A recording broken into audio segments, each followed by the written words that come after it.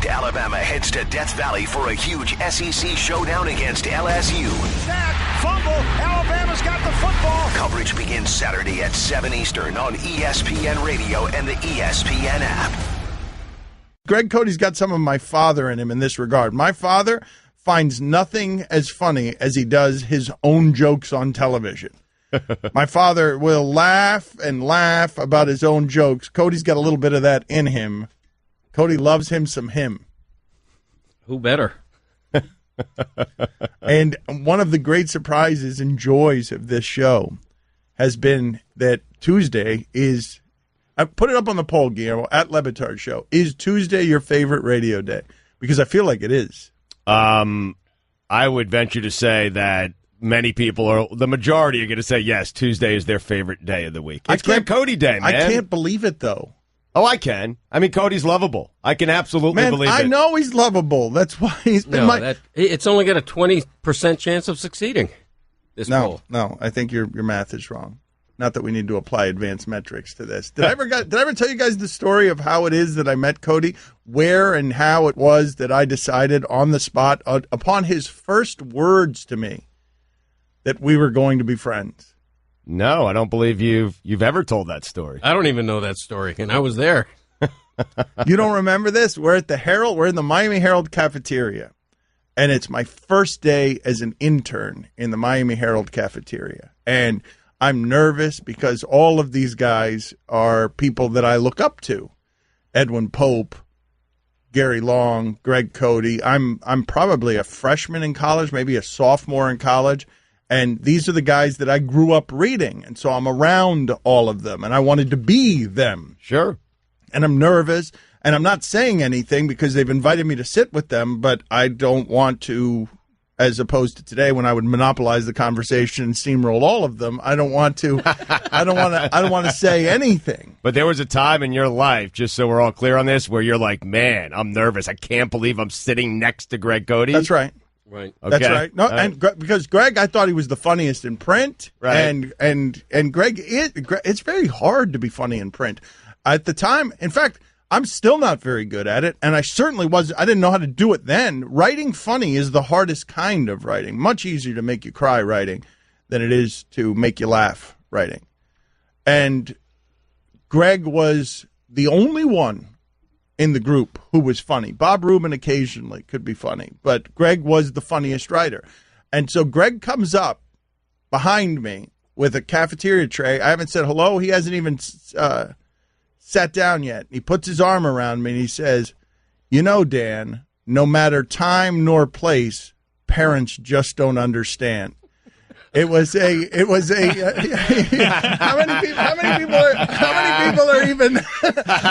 people are even getting that, Mike? It's such an old song.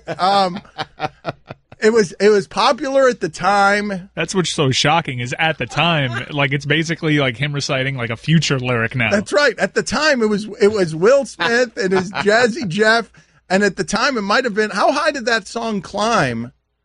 That's a popular song.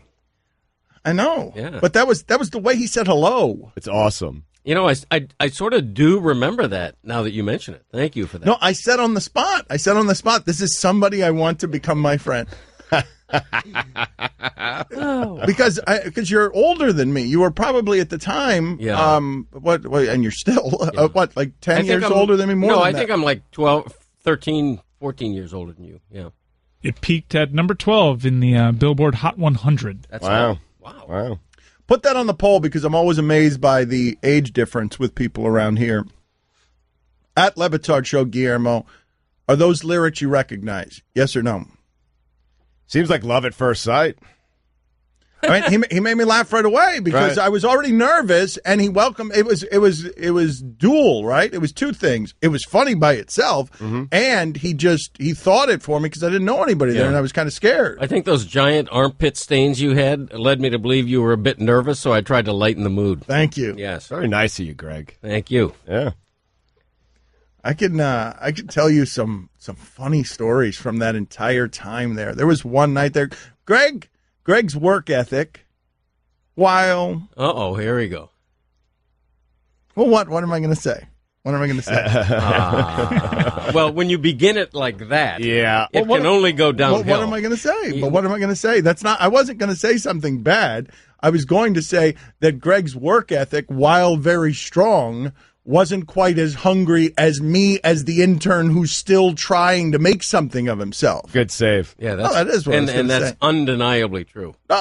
Right. Well, because I mean, he had arrived. He was doing columns. He had arrived at largely what was the destination, and I wanted to achieve. Well, what year are we talking about? Because I didn't really become a full-time columnist until like 95. Well, one of the things that I was remembering is we spent a week in there where we were pulling all-nighters. You and I were working on some large story involving the Blades brothers. Right. Mostly you were working and I was drinking Diet Coke. That's right. Yeah. That's exactly Well, that's right. his point, That's exactly what was happening.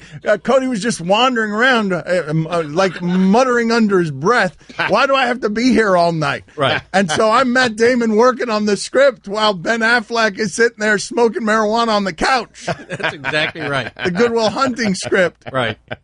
Knowing that I would get equal credit for whatever we produced. For Dan's work. Yes. That is how that happened. But one of the signature things, Similar path with Dan and I feel like. Hey, perfect. one of the signature things that Cody and I loved. He's been doing those damn football picks forever. In fact, I think my brother's original work, I think my brother's first public work before becoming an artist was making bumper stickers for Greg Cody. Mm-hmm. Of the upset bird, this imaginary bird that he consults that whispers to him upsets in the NFL. Right. I love that upset bird. So do I. When I was growing up, I used to have a scrapbook. I used to cut out like newspaper headlines, and I would always put the upset bird pics in there. That's adorable, Mike. And that is of the week, adorable, everything. man. And thank All you the- for that. All the bad Thank you. squawk jokes. Cute. And by the way, that was Lebo's first published work. It was a little logo, the little upset bird logo. I still have a bunch of upset bird bumper stickers. We should give some away to listeners if anybody's interested. Are you crazy? You should keep those. Those are going to be worth. My brother's art is going. Never would mind. Be selling Let's not those give on them away. eBay. Well, I'd wait a little bit until he's at the Until the he's heights. dead? Until he's dead? Yeah. Oh, yeah. Until he's dead. Me or your brother? My brother. Brother. I guess you. They're not worth anything if you're dead. No, but I guess if Cody died, you could steal them from Cody. Greg, do you know where those are? I do. Oh, you do? Oh, yeah. I absolutely know where they are. Okay. Yeah. Where?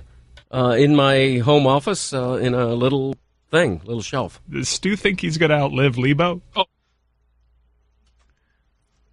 I might not outlive Cody.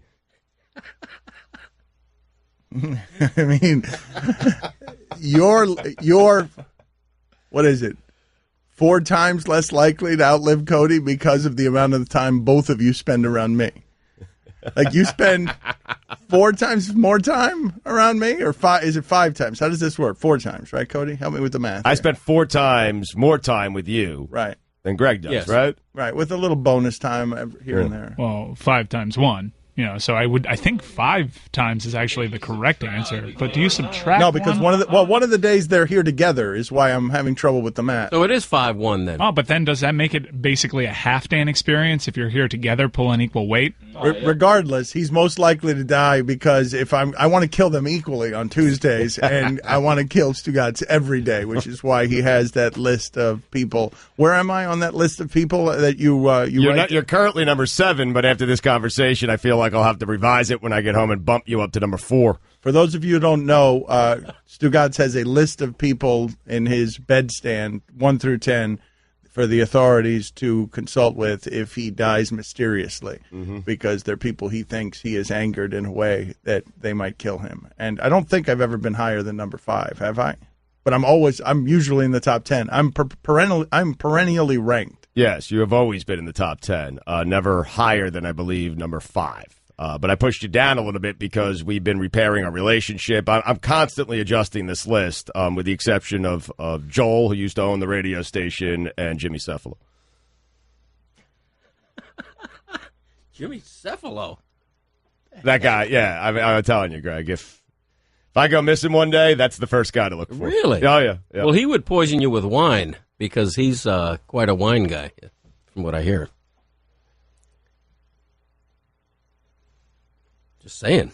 Jimmy Cephalo and wine go hand in hand.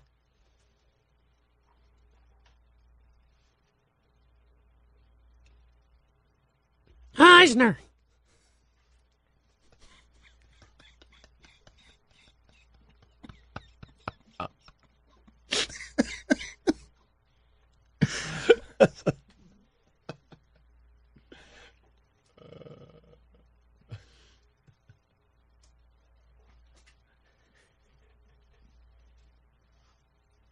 You don't want to do some more Mickey Mouse there? Well, the company and I are still going to war.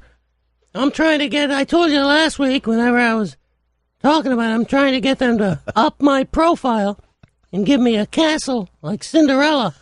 And the latest is I'm trying to break off from Disney and start a wonderful world of Mickey Mouse. But the Disney suits won't let me do it. But the thing is, not a lot of people know Mickey is a nickname, of course. It's not my given name, so that's a loophole we're trying to get through with my attorneys, and we hope to create a new theme park called the Wonderful World of Maury Mouse.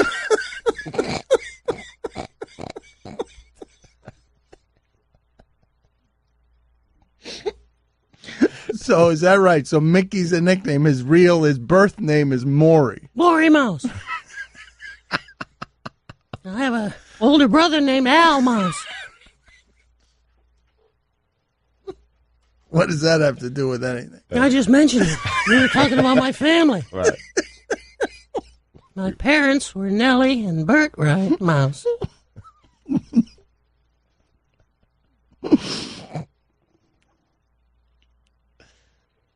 That's it? Yeah, I'm out of material. Hey, it's Matthew Berry from the Fantasy Focus Football Podcast. Today the show, Stefania Bell, Field Yates, and myself look back to a crazy Week 8. What do you do with Russell Wilson, DeAndre Hopkins, Brandon Marshall, Mark Ingram? We delve into all that and so much more. Check it out on the ESPN app. Don Le Batard. Here's what I'm going to do. I'm going to reach out to the Miami Heat. I'm going to set up a 3-point contest against Justice Winslow for Stugotz and a free throw contest against Hassan Whiteside for Greg. Whoa. I imagine you do it underhanded, right? No. No? Granny style. No. I'm silky, man. Stugotz. If 5 NBA guys, if their only job was to keep us from scoring, I don't think we would score in an NBA game. Oh, I think we'd luck into a basket, and we'd certainly get it past half court. No question. I think you vastly underestimate what you're watching. You haven't seen my handle. This is the Dan Le Batard Show with the Stugotz on the ticket. That is a tribute to Neil Rogers, the late Neil Rogers, who was doing all this stuff a long, long time before we were doing it. And then they figured out how to do the ratings more accurately and realized, oh, wait, nobody was listening. We loved Uncle Neil, though. I was a huge Neil Rogers fan. Yeah. But Dan is right. I mean, so was I. I love Neil, but once they went from the traditional Arbitron books to like a thing called People Meters, his numbers just went in the tank. Right. He was signing these giant contracts, and he always had numbers because he had so much longevity in the market, and people would just, when they were filling out those diaries, they would just from memory say, yes, I listen to Neil Rogers 4 hours a day. And then once they started doing it more accurately, although it's still a bozo fest the way that they do it, all of a sudden they had given him these giant contracts and the numbers came back. And why would anybody be listening from 10 to 1 during a weekday? You know what I mean? Like the way that they listen to us isn't usually on the radio in big numbers. It's by podcast on big numbers. And it killed him. I mean, yeah. Mm-hmm. But there were no podcasts back then, right? Correct. Yes.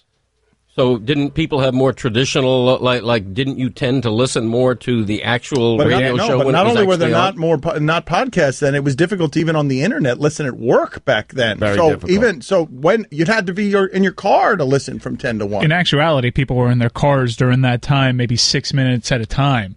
And people were writing down in their diary that they would be listening to the entire show because it's not accurate data. Yeah, it didn't matter. It was just the most recognizable name down here. And so for lack of any other names, people would just fill out Neil 4 hours a day. It's disappointing. So what was the Eisner? No, but he was very very successful for a very long time. That's just what ended his career.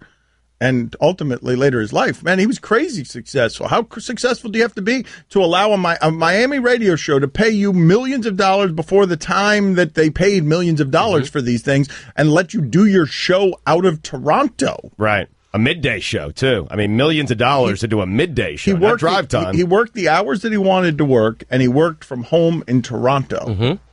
I loved that there were no parameters to that show. It was totally amorphous.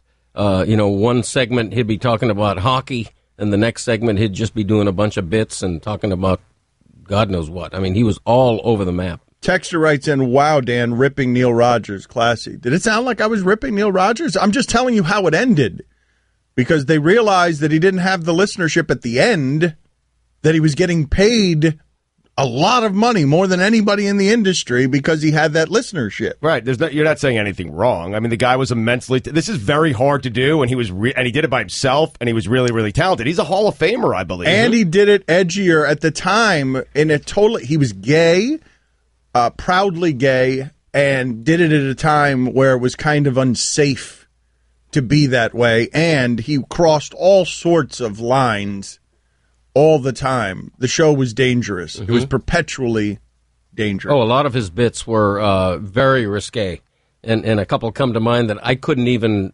mention here. They were so risque. Well, I feel like that in part was Miami being a banana republic and helping him there.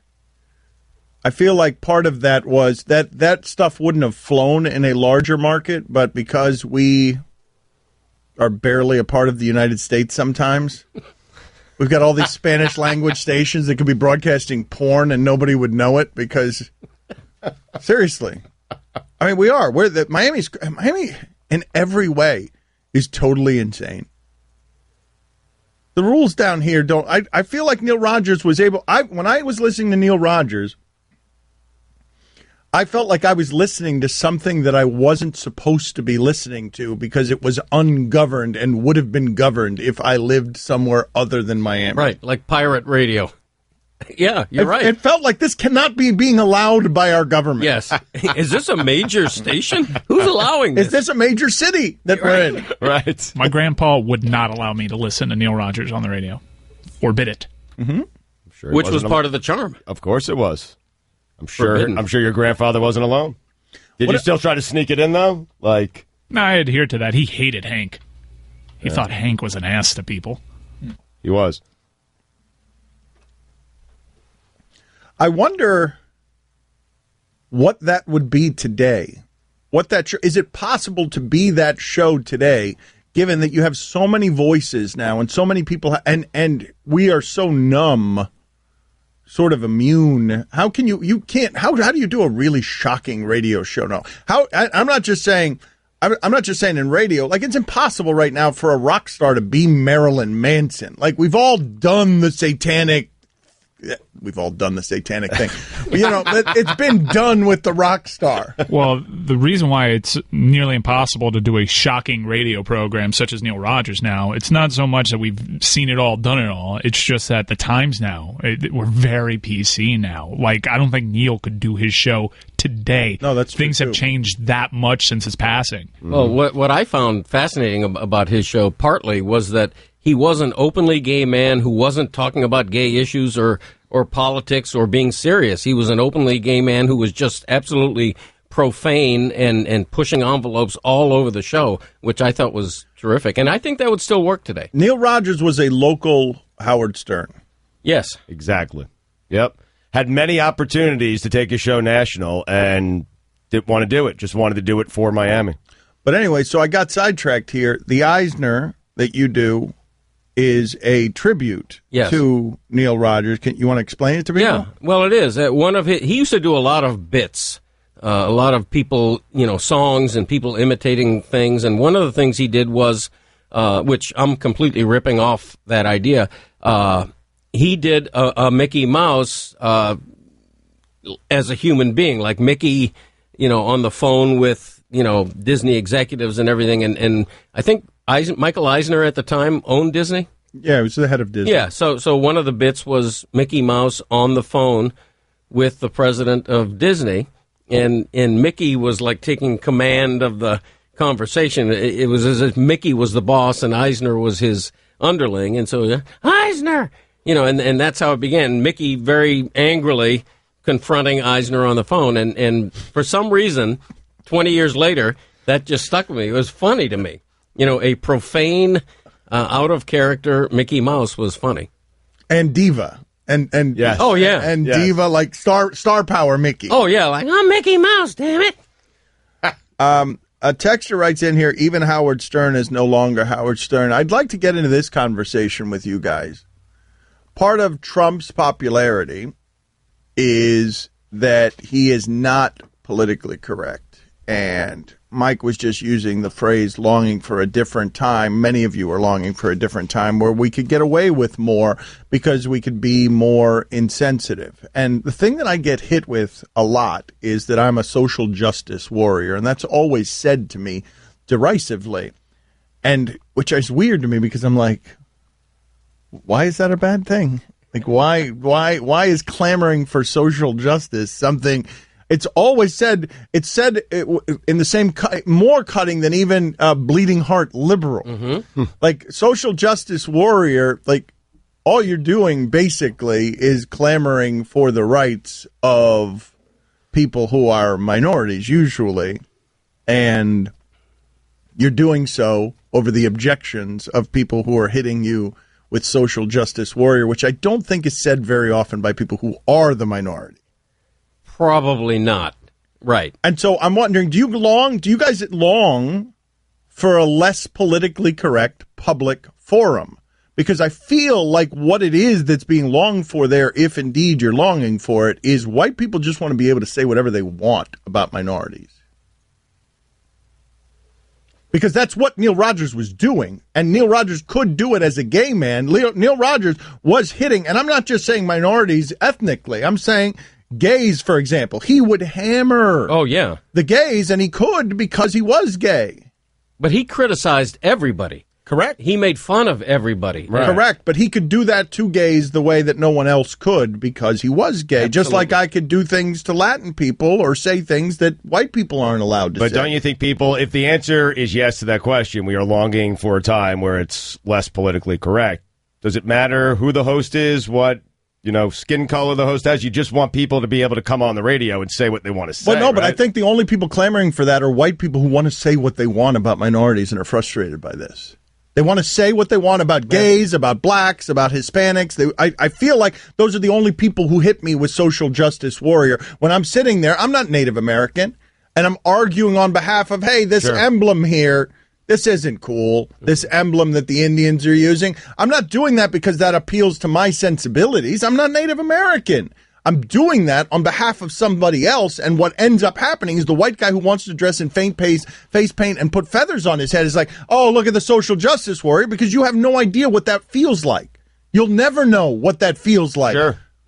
Generally, we're in a way more tolerant time, but what I wish would change is I wish we applied the same sort of tolerance for when people made a mistake and messed up. Nowadays, if you make an intolerant mistake, it could end you in the media. And I'm not a fan of that. Like, okay, we're being tolerant across the board, but intolerant when it comes to mistakes. Oh yeah, and on Twitter, man, if you make a single mistake, you are eviscerated instantly. The reason that's interesting to me, what Mike is saying there is interesting to me, is because Mike, understandably, applying his sensibilities and his own selfish interest, is saying to himself, and I'm not saying this is all of this root cause, but it's part of it, oh, I could screw up everything that I built in my entire life with the wrong sentence at the microphone. And because it hits a little close to home, he feels it. And because that emblem that the Indians use doesn't hit close to home on anybody who's white, who's looking at it, doesn't hit close to home in any way. You cannot feel it. It doesn't have any bearing on you. You want to hit us with social justice warrior for pointing out, hey, that's not cool. That's not nice. That's kind of racist. But kind of natural, right? If it's not close to home for you. I mean, not if you're caring and empathetic, and you care. It's not natural if you actually care to listen to what others are saying instead of fighting for others for saying. I'm just saying, in a perfect world, that would be great if everyone was like that. But generally, people are kind of selfish, right? I mean, I don't think I'm clamoring for anything that's too utopian by saying just listen to the sensibilities of people who aren't like you. It's not that big of an ask. Mm-hmm. You'd want them to listen to you if you had some sort of grievance that you were filing about something that they might not understand because it hits close to home to you and they'd never thought of it. Right. But being against the Redskins nickname and logo, I don't think falls under the category of political correctness anymore, does it? I mean, that's the majority feeling now, right? No. No? Oh, I don't think so. No. There are certain things that feel, because the media is slanted on this stuff, the public, when you do polling, the public still doesn't want college athletes paid. The media has leaned on that one, and the public is still voting, no, shut up. Mm-hmm. And the public is still aligned with Daniel Snyder because, I mean, part of the reason is the same reason that Trump is now getting popular. Stop telling me what I should be sensitive about. Mm-hmm. Well, also, political correctness did go overboard. It went in the extreme, which is why there's a backlash. It was the Petri dish for the backlash is that, all of a sudden, you can't say garbage man, he's a sanitation engineer. Even in little titles we used, we became too politically correct. But is that too politically correct if you're the garbage man? To me, if you're picking up my garbage, you're a garbage man, and I don't mean that in to denigrate at all. In fact, one of the jobs as a kid that fascinated me was being able to work that truck, the compressor that compacted all the garbage. I thought that was a fascinating job that I would love to have had, along with bus driver.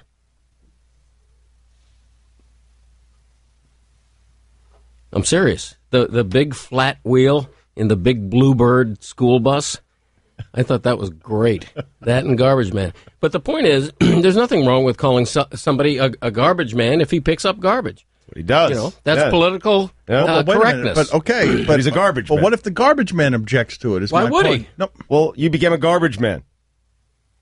Right. What are you, a sanitation engineer? Right. Why can't I call a stewardess a stewardess? Why is she a flight attendant?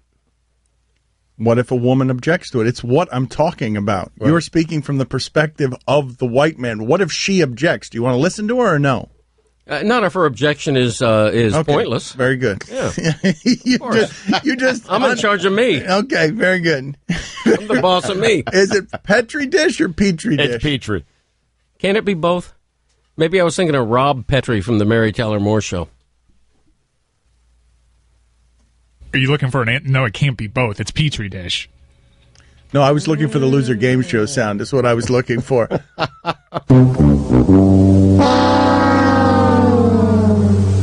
Scupper inside ESPN.com here on the latest edition of Hockey Today, the podcast. We hear from Steve Ott of the Red Hot Detroit Red Wings, and James Van Riemsdyk of the Toronto Maple Leafs joins us as well. You can find it under the Listen tab on your ESPN app. Dan Le Batard. Texter writes in, the show used to be better, and that's all on you, Dan. Yeah, it probably is. Getting old, less interested. Approaching 50. It's hard to stay popular with you young people. Stugats. I mean, eventually, I'm going to be the old thing. The game has passed me by. The sports radio game has passed me by. Eventually. Not yet, though, bitches. This is the Dan Le Batard Show with the Stugats on the ticket. Thank you, old listener who has corrected the musty Greg Cote, who made a Mary Tyler Moore reference that was actually, erroneously, a Dick Van Dyke reference. So he can't even be counted on to get the old stuff that's in his wheelhouse right. And we got to hope that there's some 70-year-old out there to correct him. Rob Petrie was of the Dick Van Dyke Show, not the Mary Tyler Moore Show. Wow. That's really disconcerting. I thought I nailed that. Well, Dick Van Dyke played Rob Petrie. Right, that's true. Yes. Yeah, that should have been a hint. That should have clued me in right there. This has to be very frustrating to members of the audience, like this guy writing in, and others. It only took you 10 minutes to turn a conversations about Neil Rogers into another Dan Le Batard race baiting. Ridiculous. Let me let you in on a little secret, Texter. I know what you like, and I give it to you to make you a junkie so that you're listening and you can't help yourself on the stuff that I got to force feed you. but I know what you like, and I'll give it to you sparingly just to get you addicted. And you'll bitch, but you know what you won't do? Go. You'll stay right there addicted, and every once in a while, I'll give you smack that you don't like, but that you need. It's medicine you need. It's the whole formula. We know what you like. It's why you're addicted, even though you hate that part of the show. You think I'm kidding? Like, that's the formula. Get you in the circus tent, and we know how to do the clowns and all the thing. Hell, Tuesday brings them better than anyone. We'll give you the clowns. Get you in the circus tent so you're listening when we give you the medicine. Yep. And you're great at giving the medicine, and we're great at being clowns. And it doubles up on Tuesdays, that's for sure. I mean, I don't we get you in with Eisner. I don't care. That's right. We get you, lure you in with Eisner. Next thing you know, wait a minute, how did I end up in a race conversation? I was just listening to a mouse yelling at Eisner. That's how it happens. Don't think I don't know it. Funny part is that you don't. You keep getting fooled by it. Why is it race again? They were just talking about something I liked. So, to analyze it, you're saying that listeners really love the race talk, but have convinced themselves they hate it. No, I'm not saying that. No. I'm not saying this is all listeners. What I'm saying is that listeners love the nonsense and the sparklers and stuff, and the formula of the show is get them in the circus tent with all the nonsense and the lowest common denominator stuff so that they're listening when you're actually talking about the stuff that matters. Mm-hmm. It's not all of them. It's just some of them. Mm-hmm. And I can tell, I mean, you have to listen to the minority viewpoint because you're addicted to the other stuff, whether you want to listen to the minority viewpoint or not. Right. You're going to get force-fed the minority viewpoint because you're getting the majority viewpoint in enough of other places. But I can't do just that. If we were to do just that, nobody would listen to the radio show. Right. Mm-hmm. So you have to dress it up in all sorts of camouflage so that people are listening when you're actually talking about the stuff that matters. Greg, are you just getting this? No. Sounds like he doesn't still get it. Because Greg, sounds like he's still confused about it, even though I just delivered it more arrogantly and more stridently and more obnoxiously than I ever have. Greg, you and I are the clowns outside the tent, getting people into the tent, promising them a circus, and once they come into the tent, there's a sermon. There's Lebatard. There's a preacher. You guys are doing wacky clown stuff outside the tent. Come into the tent. And get him in the tent. I like that. Showing some brothel leg. Just trying to get him into the tent. Playing music. Mike's playing music. Yes, Listen, it's a party in here. Listen to the music. That's not the music. Oh, it's circus tent music. I feel like that is circus tent. Yeah, it's a calliope. But then you're trapped. What happens? It's like a horror. It's a horror tent. Because then the tent closes, and then you're just stuck with my sermonizing about race. Right. We should really blow the listener's mind by having bitter Mickey Mouse start talking about serious race relations. Now, that would be interesting. Eisner, I tell you, I feel for Cam Newton complaining about not getting any respect from the referees just because he's black. I'm black. Mickey Mouse is black. Sort of. Have you seen me? What percentage black is Mickey Mouse? Look at it. Any picture of Mickey Mouse. I'm a black mouse. This is the dominant color. It's black. Yeah. Thank you. Yeah. I know what I am. So Mickey Mouse is a minority? Yes. Mickey Mouse has been black his entire life. When I was doing Steamboat Willie, I had to fight for black actors. That was back in the 30s, I think. I've been for black mouse relations my entire life. Very proud of that. I'm Mickey Mouse, damn it. It's such a bad impersonation. I think that's why it's good. Because it's so bad. Horrific. It's just so bad. Do I make fun of your voice? What do you think that poll would come back if we put at Lebatard Show, Mickey Mouse impersonation, good or bad? Because I think people like it, but I think they like it because it's bad. Well, I think you have to ask it that way. Do you like the Mickey Mouse impersonation because it's good or because you think it's bad? Okay, put that. That's good. That's a good way to ask that. At Batard Show. You know, Cody mentioned that he borrowed the Mickey Mouse bit from the Neil Rogers show. Chris Cote actually tracked down the inspiration to Cody's Mickey Mouse. Would you like to hear it? Sure. Eisner? Mr. Mouse? What the hell are you doing to me? What do you mean, sir? Why am I reading in the paper you're going to put a Disney theme park in Brooklyn? Wow, Cody's might be better. Oh, mine's better than that. That's too deep. Yeah. Mickey had a high-pitched voice. Still does. Eisner? That's not Mickey Mouse. I'm Mickey Mouse. Eisner? That's a fake Mickey Mouse. Eisner? No way. Eisner? Eisner. Eisner? Eisner. Eisner? Eisner. Eisner? Eisner. Eisner? Eisner. Eisner? Eisner. Eisner? Eisner. Eisner? Eisner. Eisner? Eisner. Eisner? Eisner. It took 3 times. That's a prodding. It took so much prodding for Cody to realize what we were trying to do. Like, you should have seen, he's not paying attention to the other room, so he doesn't see how deflated they get when he makes another joke and another joke before all they were trying to get to was a musical Eisner battle. Eisner? Eisner. Eisner? Eisner. Eisner? Eisner. Eisner? Eisner. Eisner? Eisner. Eisner? Eisner. Eisner? Eisner. Eisner? Eisner. Now you've got it. It was so amazing to watch in real time. Your own son was ashamed of you. Like, he just kept slumping because 3 different times, instead of just reacting to the Eisner with a better Eisner, you started making other jokes as Mickey. So funny to watch back there. It was all happening right behind you. It happened over your shoulder. I saw a different generation of Cody dismayed by He really was. by the older generation of Cody not getting what the show was trying to do.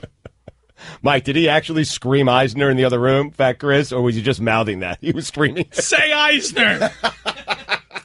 Sorry. Anyway, black people. See, I tricked you. You see how that happens? Here we get you in. Eisner, Eisner, Eisner, Eisner, Eisner, Eisner. Police brutality. It's like, whoa, how did they do that?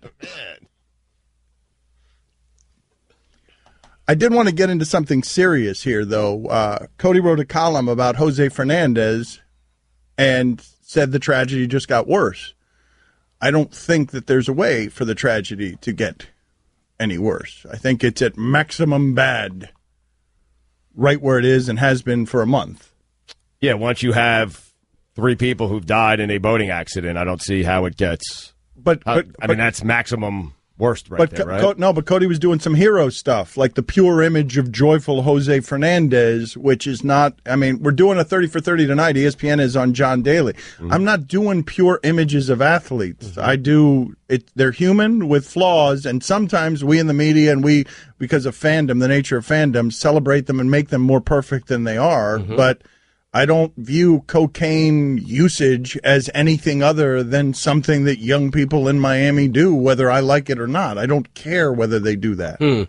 Yeah, I got some of that reaction in emails for sure. I don't assume that every professional athlete or that most Marlins players, for example, are doing cocaine just because they live near South Beach and can afford it. I don't assume that. And when you found out that Jose was, had cocaine in his system, it was disappointing to me. And I think it was disappointing to a lot of Marlins fans. And that's not making him perfect. That's just accentuating the fallibility that we all have. But I think, it's natural to parse tragedy. And the tragedy doesn't become any worse, but the context for it, I think, becomes a little bit worse when you take on an assumption of risk that leads to your demise, because in addition to just feeling terrible and shocked about what happened, all of a sudden you have to deal with the idea that it never should have happened. It wasn't entirely an accident. There was a real assumption of risk and a recklessness that just makes it haunting. You hurt, but you're also haunted by the idea that, man, he should still be here. You know, he should be getting ready to welcome his new baby and getting ready for spring training in February. It didn't have to happen. And I think when you find out about the toxicology reports, that's what you have to confront. It didn't have to happen, Greg. He could have been doing everything right, been sober on that boat, and it still could have happened. Like, it changed the way you view Jose Fernandez? No, look, he was a fallible guy, okay? He wasn't the perfect human being. We all are. We all are, absolutely. But, I mean, I think that bears noting because I don't know why we do this with athletes of all people. I think we do it with all people.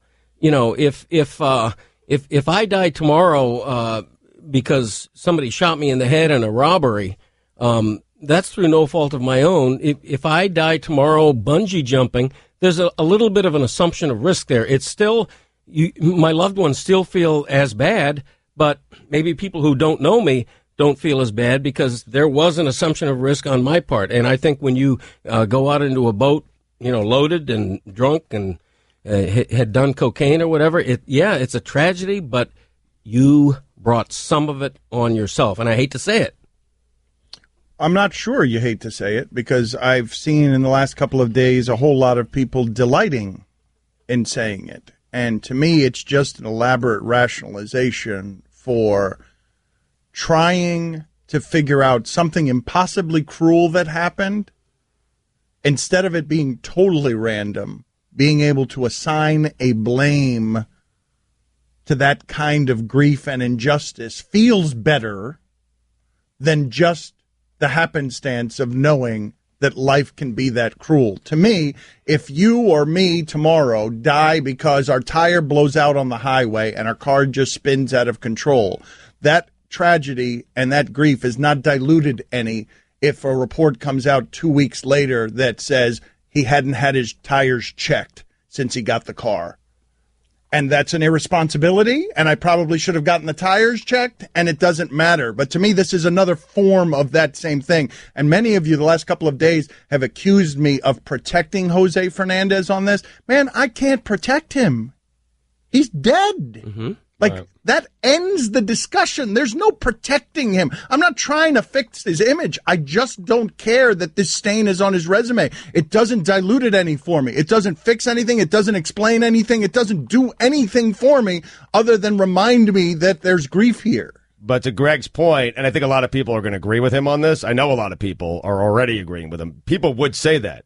Man, if that played out, how could Dan not have his tires checked for 2 years? Okay. Minimize the percentage chance of something bad happening to you. And that's fine, but I don't it's still unspeakably cruel. Mm-hmm. It is. But at the same time it is a small stain on his legacy. And I think that's a reality that you know, his loved ones and But what's the point of that? What is the point of needing to do that? Mm-hmm. To remind people that there's a stain on the legacy? Like, what is the point? Well, you don't need to remind people because when the toxicology report comes out, which you knew it would, I mean, it's self-evident. Okay, what if I told you right now Muhammad Ali used cocaine?